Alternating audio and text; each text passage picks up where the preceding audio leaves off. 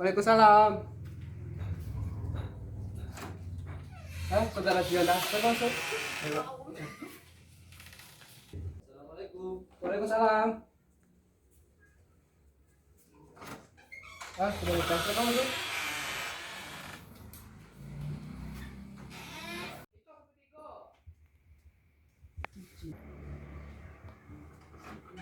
Sudah keras, masuk.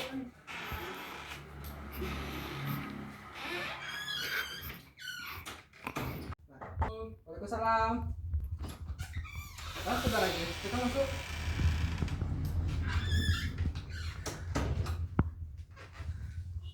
Assalamualaikum warahmatullahi wabarakatuh. Waalaikumsalam warahmatullahi wabarakatuh. Terima kasih sudah datang ke ruang BK dan mengikuti konseling kelompok yang saya gelarkan. Di sini saya sebelum membacakan doa, lebih baik kalian ini memilih salah satu menjadi ketua kelompok. Adakah yang bisa bersedia? Benar. Oh baik, saya bersedia Pak. Baiklah, Juanda sudah bersedia. Silakan Saudara Juanda untuk memulai memimpin bacaan doa. Baiklah teman-teman semua, marilah kita berdoa menurut kepercayaan masing-masing. Berdoa dimulai. Berdoa selesai. Baiklah, setelah membaca doa, ada baiknya kita menentukan waktu yang akan digelarkan. Baiklah, Saudara Imam. Mungkin saya bisa meluangkan waktu untuk 20 menit ke depan, Pak. Saudara Aziz. 20 menit cukup, Pak. Saudara. Saya juga bisa 20 menit ke depan. Saudara Juanda. Saya rasa waktu yang pas 20 menit Pak. Soalnya nanti khususnya saya dengan Saudara Ipen ada kelas biologi. Saudara Ipen, bagaimana? Sama seperti dibilang oleh Saudara Juanda, karena setelah ini masih ada kelas untuk kedepannya, jadi kami berdua bersedia untuk 20 menit ke depan. Saudara Anodin, bagaimana? Sama 20 menit. Saudara Ikra? Sama 20 menit, kebetulan juga pelajaran hari ini tidak ada. Kalau sudah seluruhnya tidak ada. Baiklah, kita akan mengadakan konseling kelompok selama 20 menit kurang. Apakah semuanya bisa bersedia? Bersedia. Baiklah, sebelum melaksanakan konseling kelompok, saya akan menjelaskan tentang apa itu konseling kelompok dan tujuan konseling kelompok sedikit. Konseling kelompok merupakan pemberian bantuan kepada siswa dengan dinamika kelompok, dengan tujuan agar kalian ini bisa mengembangkan rasa sosial dan berkomunikasi. Dan tujuan utamanya adalah bisa memberi bantuan kepada teman-teman kalian dengan konseling kelompok ini. Setelah saya menjelaskan tentang konseling kelompok tadi, apakah kalian ini bisa mengerti apa yang saya jelaskan? Bisa. Terima kasih sudah mengerti. Setelah saya menjelaskan, lebih baiknya kita mengucapkan janji kerahasiaan agar semuanya bisa terkendali dan terpercaya. Baiklah, kalian bisa mengikuti apa yang saya bilang. Janji kerahasiaan. Janji kerahasiaan. Kami dalam konseling kelompok berjanji akan menjaga dan memelihara data di dalam konseling kelompok ini Terima kasih kalian sudah berjanji. Untuk selanjutnya kita akan masuk dengan langkah kegiatan. Apakah semuanya bisa bersedia? Bisa. Bisa, Pak. Baiklah, kita akan memasuki dengan langkah inti. Yang pertama saya akan menanyakan kalian, apakah kalian bersedia untuk melaksanakan langkah inti ini? Sedia. Sedia. Baiklah, langkah inti ini akan kita mulai. Bismillahirrahmanirrahim. Baiklah, saya akan menanyakan satu-satu tentang apa saja masalah yang Anda alami. Baiklah, kepada saudara Indra, bagaimana? Menurut saya sebenarnya malas belajar sih pada intinya Pak. Soalnya ya namanya juga daring kan. Kalau masalah belajar tuh terserah diri kita. Yang penting ada bikin tugas. Belajar ya, belajar enggak, tugas iya. Jadi malas saja gitu mau belajar. Sebenarnya nggak ada masalah sih. Cuma itu doang. Bagaimana saudara Adil? Sama Pak, malas belajar juga, tapi lebih mementingkan ke arah bermain game. Saudara Ivan, gimana? Sama permasalahannya dengan malas belajar dikarenakan pada saat ini ada kasus pandemi dan diharuskan sekolah dari rumah. Dan saya ketika sekolah dari rumah itu membuat saya lebih malas untuk memegang buku seperti itu karena lebih sering untuk rebahan. Saudara Juanda, gimana? Kalau saya sendiri, kalau saya itu Pak lebih ke malas mager gitu Pak. Soalnya dosennya nih ngasih tugasnya cuma nyatat, zoom gitu. Kurang variasinya tuh kurang untuk belajar, tidak mengaksikan gitu Pak. Malah kami tuh jadi kayak bosan, jadi kayak lebih mending main game aja lah. Dan juga dalam kuliah daring ini beratnya tuh di kuota Pak. Kadang-kadang jaringan internet, kadang-kadang tuh kampus tidak ngasih fasilitas kayak kuota internet. Coba Bapak bayangkan, kuota internet itu kan diberikan itu kan satu bulan bisa berapa, misalnya 75.000. 75.000 itu kalau Zoom itu bisa satu bulan tuh bisa 2 kali isi paket gitu Pak. 75 ditambah 75 udah berapa? Nah di situ kadang kami merasa tuh kampus itu perlu memberikan fasilitas kuota internet. Dan juga kecuali kuota internet, kami tuh merasakan sistem pembelajaran dosen. Dosen ini cenderung lebih membosankan, kayak coba kalian lihat video di YouTube terus kalian catat gitu, kesimpulan dari video yang ada di YouTube.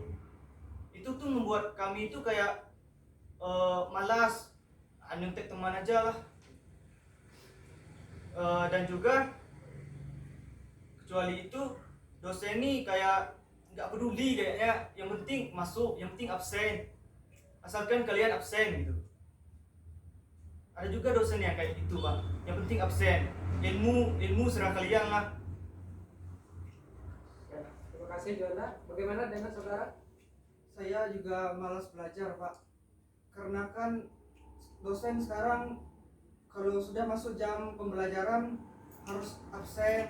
Kadang banyak tugas yang itu niru sama kawan atau cari di internet, kurang membaca buku gitulah. Terima kasih. Saudara Aziz, bagaimana?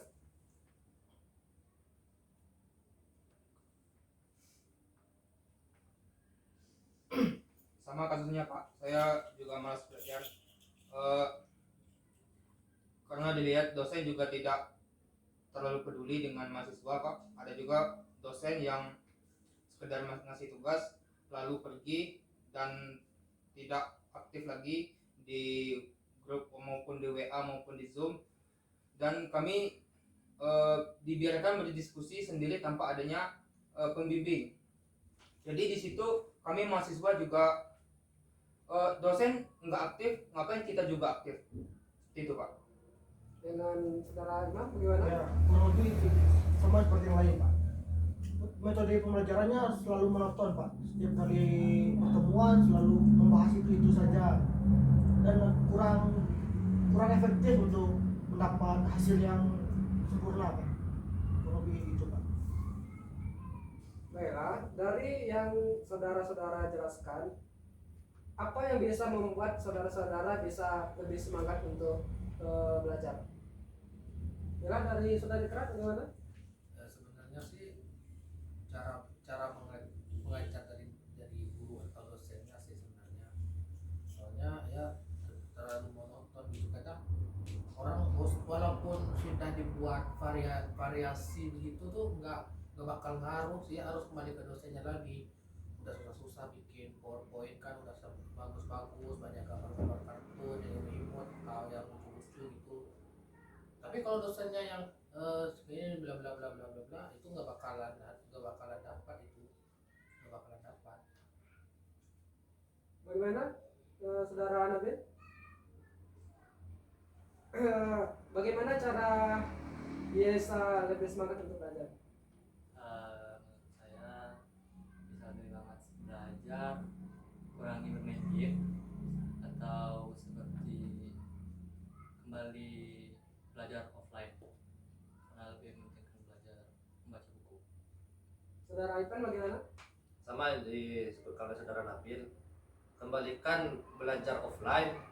Dan karena sekarang pada saat masa pandemi, sebaiknya kita memulai pelajaran offline atau tatap muka dengan menjalankan protokol kesehatan seperti di dalam lokal kita berjaga jarak dengan anggota-anggota lokal yang lain, dan juga kita memakai masker seperti itu supaya kita tidak terkena dampak dari pandemi ini, dan juga supaya pembelajaran lebih efektif karena bisa tatap muka langsung dengan guru atau dosen di dalam ruang kelas seperti itu. Itu menurut saya.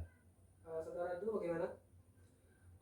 Bagi saya, bagaimana caranya biar kami menjadi semangat itu tuh tergantung kepada dosennya. Misalnya nih, dosennya tuh ngasih kayak variasinya gitu, kayak menyenangkan gitu cara mengajarnya dari Zoom. Jangan kayak tegang-tegang gitu. Mahasiswa tuh jadi kayak takut gitu Pak. Setiap dosen tuh ngasih pertanyaan, mahasiswa tuh jadi takut soalnya tidak ada keakraban antara mahasiswa dan dosen gitu. Saling tegang-tegang itu kan nggak enak gitu dalam belajar. Kami pun jadi malas gitu Pak. Saya rasa seperti itu Pak. Terima kasih saudara Janda. Bagaimana dengan saudara? Menurut saya pembelajarannya ya seperti saudara, kita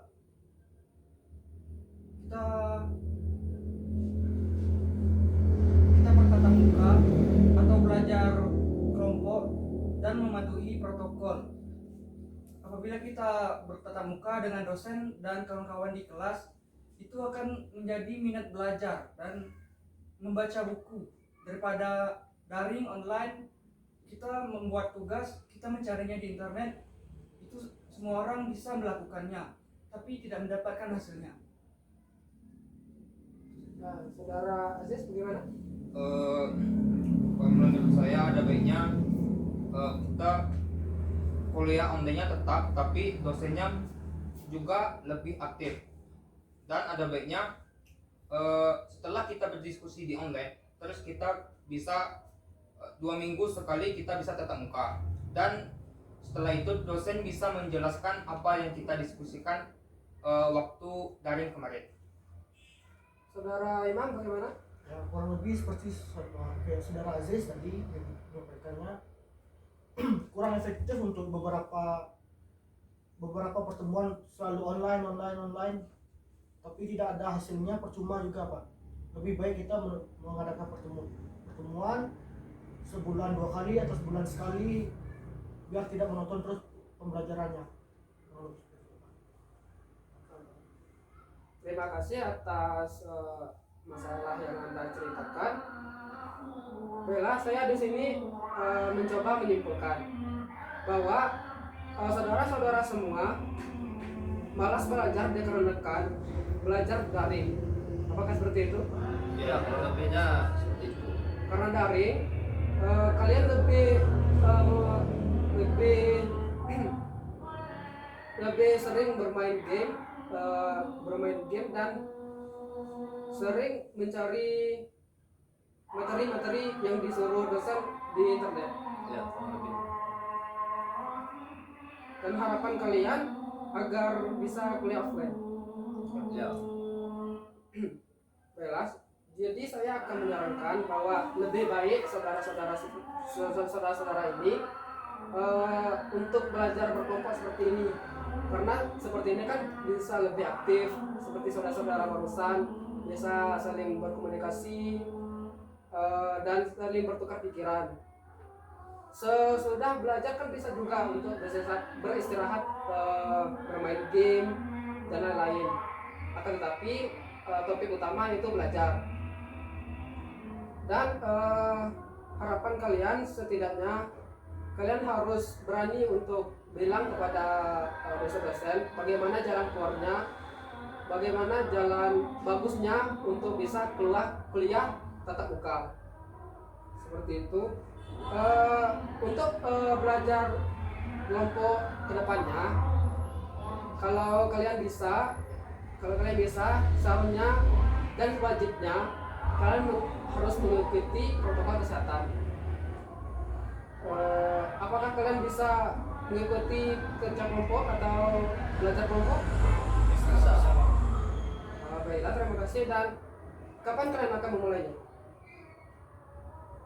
Setidaknya secepatnya, saya harap secepatnya ya. Ya. Baiklah. Baik Pak, saya rasa waktunya sudah 20 menit soalnya kami mau kelas lagi. Oh, sudah 20 menit. Ya maaf kalau udah lama.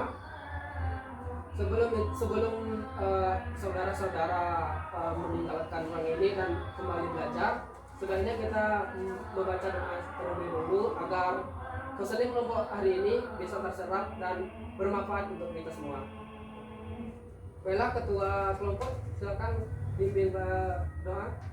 Baiklah, sebelum konseling kita diakhiri, ada baiknya kita berdoa.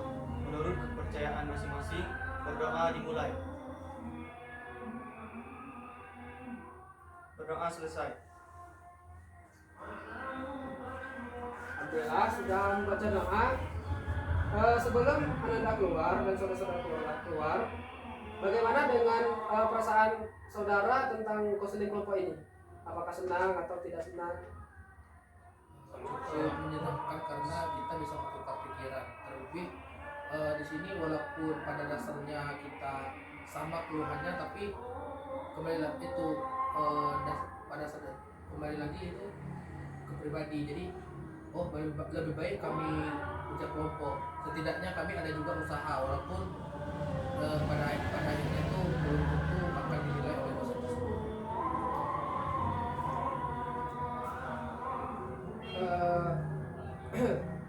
Bagaimana jika konseling kelompok ini kita lakukan lebih kedepannya akan dilakukan lagi? Apakah kalian semua bisa bersedia? Sedia. Sebelum itu, bagaimana pesan untuk saya sebagai moderator kalian dalam konseling kelompok ini? Apakah saya ada kekurangan atau apa? Silakan. Baiklah Pak, saya rasa cara Bapak menyampaikan, mengarahkan kami, menyelesaikan masalah kami, itu saya rasa sudah sangat baik Pak. Karena dengan cara berkelompok ini kan kami saling tukar pikiran. Betul kata Bapak tadi, dengan berdiskusi masalahnya bisa selesai. Dengan berkelompok kami bisa lebih menyenangkan daripada main HP, main game gitu. Ya, terima kasih atas bersedianya dalam konseling kelompok ini. Saya harap kedepannya kalian semua bisa melakukan apa yang kita diskusikan pada hari ini. Baik Pak. Saya tutup. Wassalamualaikum warahmatullahi wabarakatuh. Waalaikumsalam warahmatullahi wabarakatuh.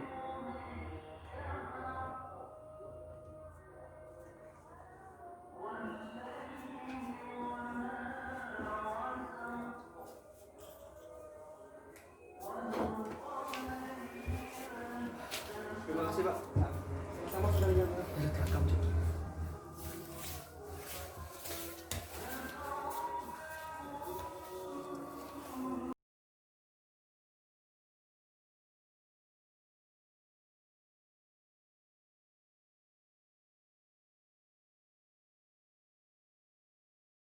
Pak.